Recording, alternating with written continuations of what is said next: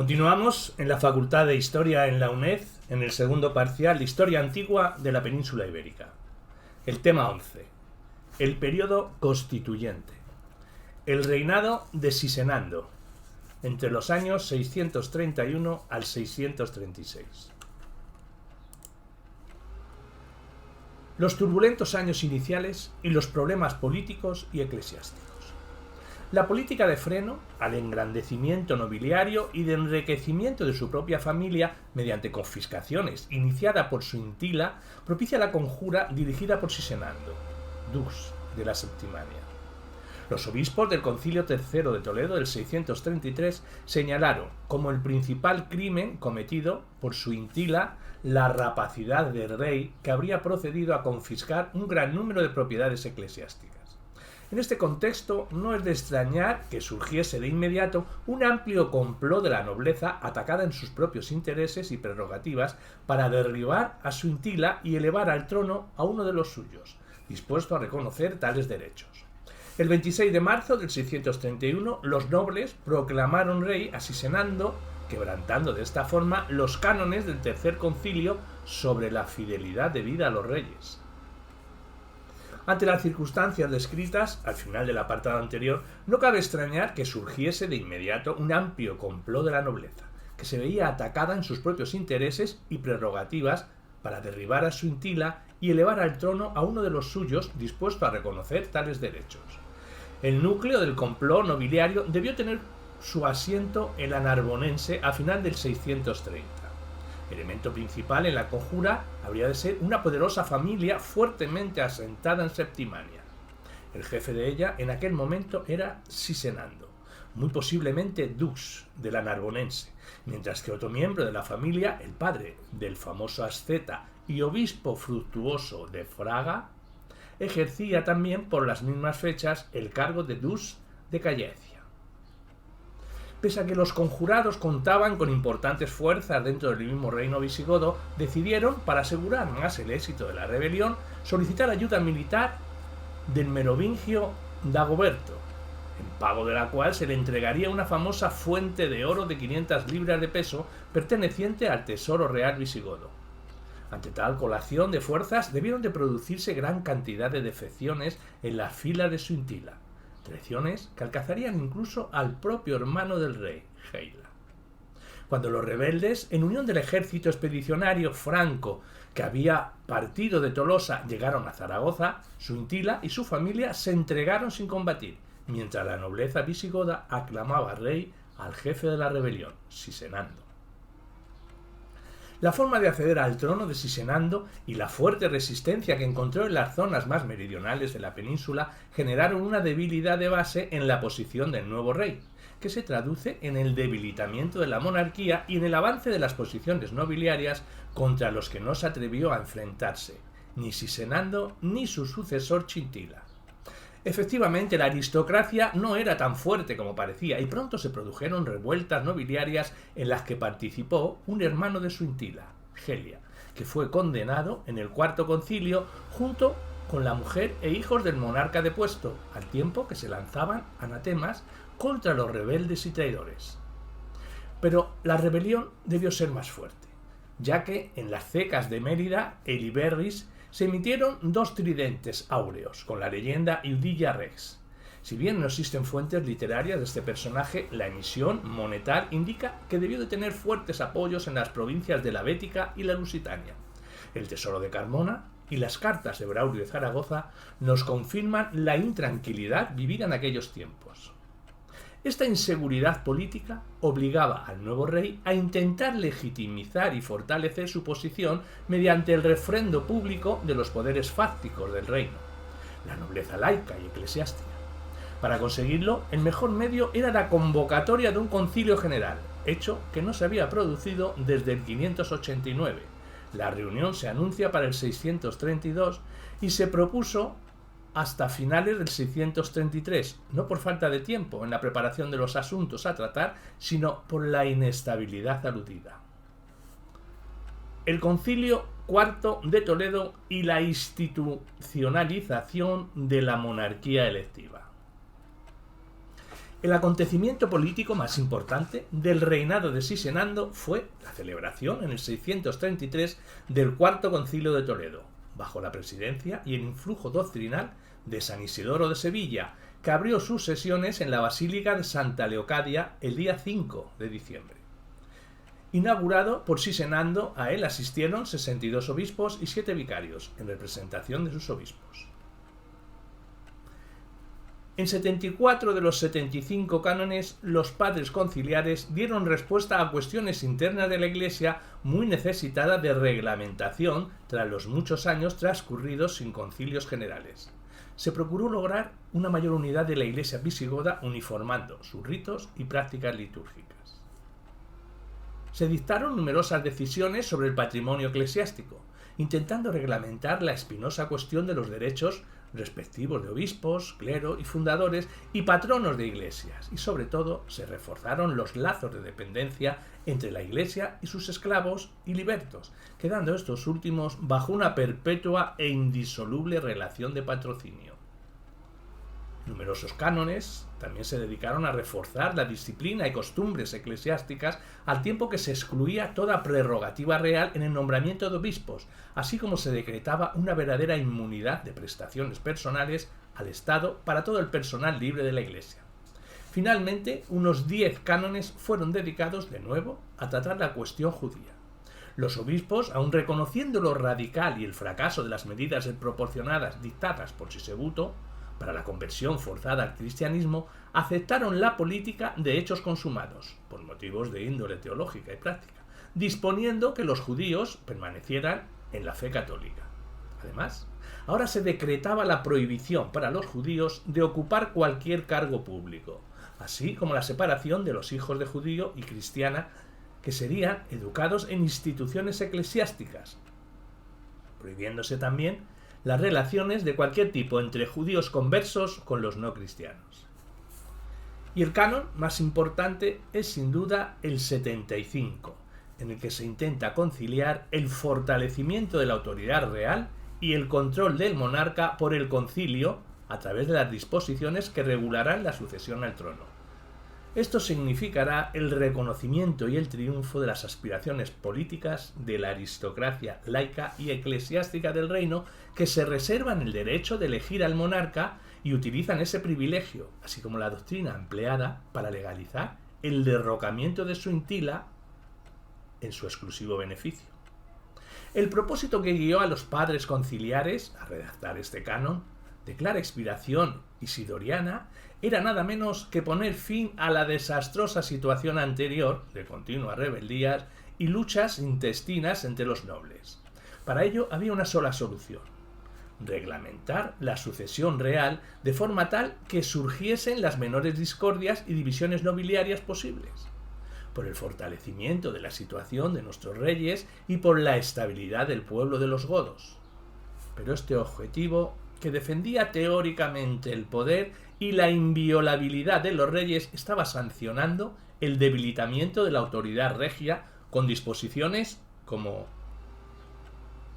la exclusión de los reyes en el nombramiento de los obispos, lo que supuso el inicio del fracaso de la política de Leovigildo y Recaredo de construir una iglesia estatal, la sanción y regulación de un sistema electivo que privaba de hereditariedad dinástica, y las limitaciones impuestas en la administración de justicia en adelante para dictar sentencias graves. Los reyes tendrán que contar con el consenso del pueblo, consenso público cum rectoribus.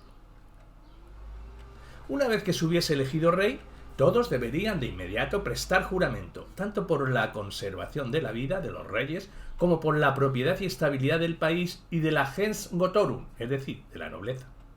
Por otro lado, los padres conciliares también decidieron que a partir de ese momento también los reyes habrían de atenerse de modo estricto al contenido de la ley, lo que era una clara limitación del poder real en beneficio de los nobles.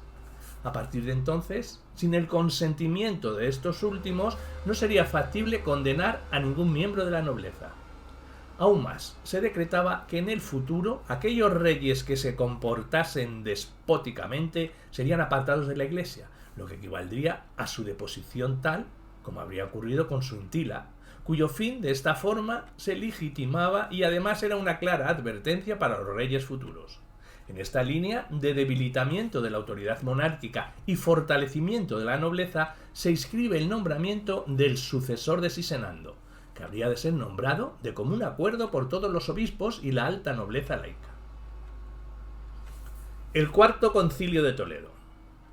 Las decisiones tomadas en el Magno Concilio General, reunido en Toledo el 5 de diciembre del 633, marcan una etapa decisiva en la evolución de las relaciones monarquía-nobleza, que a ciencia cierta constituían ya el eje de toda la vida política del reino visigodo. El carácter de rebeldía nobiliaria, de la ascensión al trono de Sisenando y las dificultades en que éste se encontró en los años inmediatamente anteriores al concilio ofrecían a la nobleza una magnífica oportunidad para ver reconocidas sus aspiraciones políticas. Tales aspiraciones de la nobleza iban a verse reflejadas en el famoso Canon 75 del Cuarto Concilio de Toledo. El propósito que siguió a los padres conciliares dirigidos por Isidoro de Sevilla y verdaderos portavoces de los intereses de la nobleza era redactar dicho canon, que era nada menos que poner fin a una desastrosa situación anterior, concretamente en continuas rebeldías y luchas intestinas entre los nobles. Para ello había una sola solución: reglamentar la sucesión real de forma tal que surgiesen las menores discordias y divisiones nobiliarias posibles. Fue con tal objetivo que el concilio propuesto que a la muerte del rey su sucesor habría de ser nombrado de común acuerdo por todos los obispos y la alta nobleza laica. Una vez que se hubiese elegido rey, todos deberían de inmediato prestar juramento tanto por la conservación de la vida de los reyes como por la propiedad y estabilidad del país y de las gens hontorum, es decir, la nobleza. Por otro lado, los padres conciliares también decidieron, en estrecha comunión de ideas con teórica política de Isidoro de Sevilla, que sostenía una concepción del rey como minister dei, unas obligaciones que cumplir en una situación no superior a la Iglesia, con unas funciones estrictamente definidas, que a partir de ese momento también los reyes habrían de atenerse de modo estricto al contenido de la ley, lo que era una clara limitación del poder real en beneficio de los nobles. Chintilia y Tulga. El reinado de Chintila, 636 al 39, y el Concilio V de Toledo. Tras la muerte de Sisenando, el 12 de marzo de 636, es elegido Chintila como rey de los godos, conforme a la normativa establecida en el Cuarto Concilio de Toledo. La mayor información sobre su reinado procede de las actas de los concilios V y VI, convocados por él. Al poco de subir al trono, Chintila convocó el Concilio V de Toledo, que se desarrolló en la iglesia de Santa Leocadia a finales de junio del 636. Quizás la rapidez de su convocatoria explica la escasa asistencia de obispos. No están claras las razones de su convocatoria, aun todo indica que se utilizará como medio para marcar la política a seguir en el futuro y para frenar las amenazas de usurpación que debió sentir el rey al subir al trono. En este sentido, la Asamblea Conciliar lanzó sus condenas contra los que injuriasen al rey o escrutasen los astros para conocer las posibilidades que tenían ellos u otros de hacerse con el trono. El Concilio V vuelve a plantear el tema de la sucesión, especificando que los aspirantes debían ser de noble cuna, de estirpe goda y elegido por los obispos y nobles. Avanza además en la línea de debilitamiento de la autoridad monárquica y de fortalecimiento de la nobleza iniciada en el Concilio IV, dictando disposiciones orientadas a garantizar la posesión de algunos bienes nobiliarios que se basaban en inmensas propiedades agrícolas, dando garantías para que los familiares del rey y los fidelis requis mantuvieran, tras la muerte del rey, sus posesiones y riquezas. Nadie podrá tocar los bienes de la nobleza obtenidos por concesión regia en correspondencia a su fidelidad a la monarquía, ya que no solo es inhumano, sino también injusto defraudar a los fieles en su premio, pues si se permite que injustamente se arrebate el premio de los fieles, nadie querrá servir a los reyes con prontitud y fidelidad. Concilio VI de Toledo. El sexto concilio asistieron 48 obispos y 5 vicarios, procedentes de todas las provincias del reino. La Basílica de Santa Leocadia abrió sus puertas el día 9 de enero del 638 iniciándose el concilio bajo el magisterio del obispo Braulio de Zaragoza. Nuevamente fueron dos las principales cuestiones tratadas: las políticas y la judía. En lo que se refiere a cuestiones políticas, incide en las tratadas en el concilio anterior: promulgación de normas que protegieran la figura, vida y propiedades del rey, de sus familiares y de los fideli regis. En este sentido, el concilio dio un paso adelante y la monarquía se asegura la fidelidad de los nobles, o al menos de determinados sectores nobiliarios, uniendo sus cargos y funciones a la corona, y no solo con la persona del rey. Y respecto a la cuestión judía, los conciliares abordaron la acusación que el Papa Honorio I realizaba a la Iglesia hispana, a la que recriminaba negligencia y debilidad ante los judíos. San Braulio se encargó de la respuesta y, aceptando la primacía del Papa en estos temas, rechazaba la acusación, recomendándole que no prestara atención a falsos informes, con el argumento de que los obispos españoles tampoco hacían caso al bulo que decía que Honorio había permitido volver a los judíos a su antigua superstición. De cualquier forma, endurecieron sobre el papel las medidas contra los judíos, con la intención de no permitir que nadie que no fuese oficialmente católico viviese en el reino, amenaza que se quedó en la parcela de las intenciones. Tulga, 639-642. Al morir Chintila, en el 639, es designado por unanimidad de obispos y nobles sucesor su hijo Tulga. De carácter noble, pero débil e inexperto, carecía de empuje y de la capacidad de coacción necesaria para mantener sujeto a un pueblo que necesitaba sentir el peso de un fuerte yugo.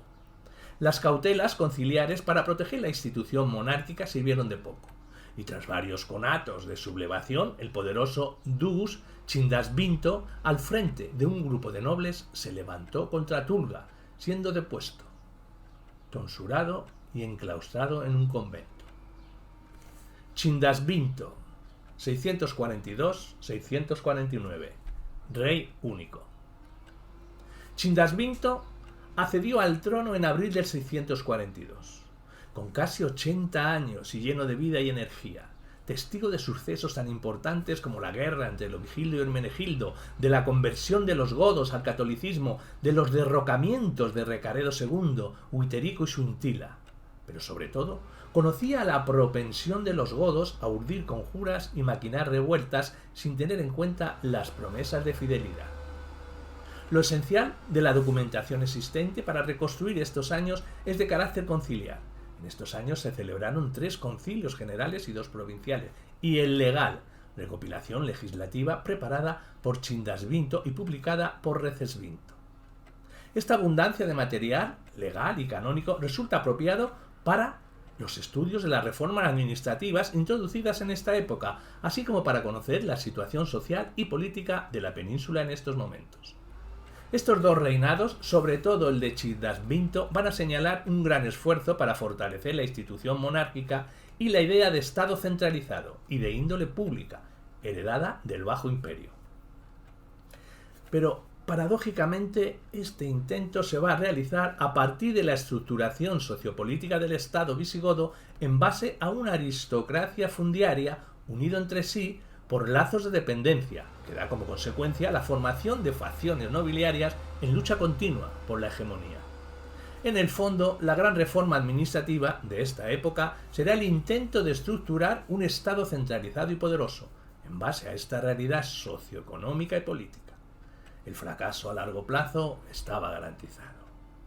Los primeros años del reinado de Chindasvinto están dedicados a poner orden en la caótica situación del reino, mediante un reforzamiento de su posición como rey y como miembro de una poderosa familia, como paso previo a la reorganización administrativa. Al subir al trono, Chindasvinto tenía 79 años.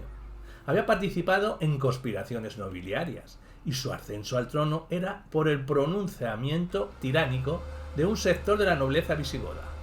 Sabía bien en qué consistía el mal interior que estaba amenazando con desintegrar el reino visigodo sin necesidad de una amenaza bélica del exterior.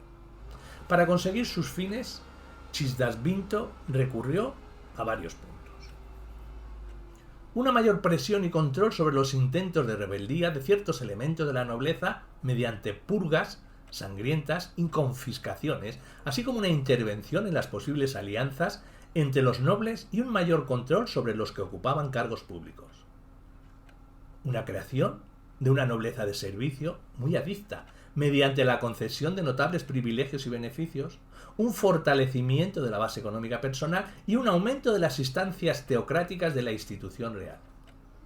Nada más acceder al trono, inicia una atroz purga entre aquellos miembros de la nobleza que se habían negado a reconocerle, ordenando la ejecución de muchos que habían conspirado en reinados anteriores en un claro intento de recuperación de la iniciativa ante una nobleza fuerte y consolidada en sus posiciones. Las crónicas hablan de 700 ejecuciones entre los miembros de la nobleza, más de 200 primates gotorum y unos 500 mediocres palati. A estas ejecuciones iba aparejada la confiscación de todos los bienes, tanto de los ejecutados como de los que fueron exiliados o se exiliaron para huir de la ejecución.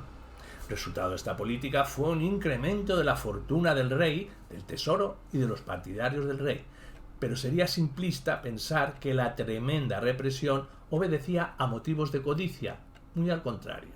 La recuperación del poder monárquico exigía el debilitamiento de la nobleza.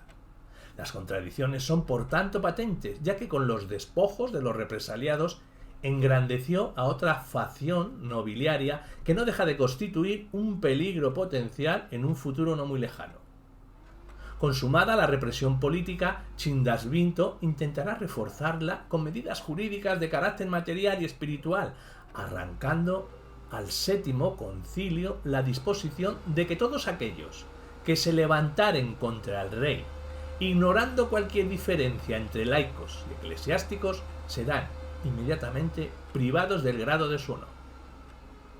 Es importante subrayar que Chindasvinto es un continuador de las líneas directrices diseñadas por Leovigildo, 60 o 70 años antes, para la liberación de la tenaza nobiliaria.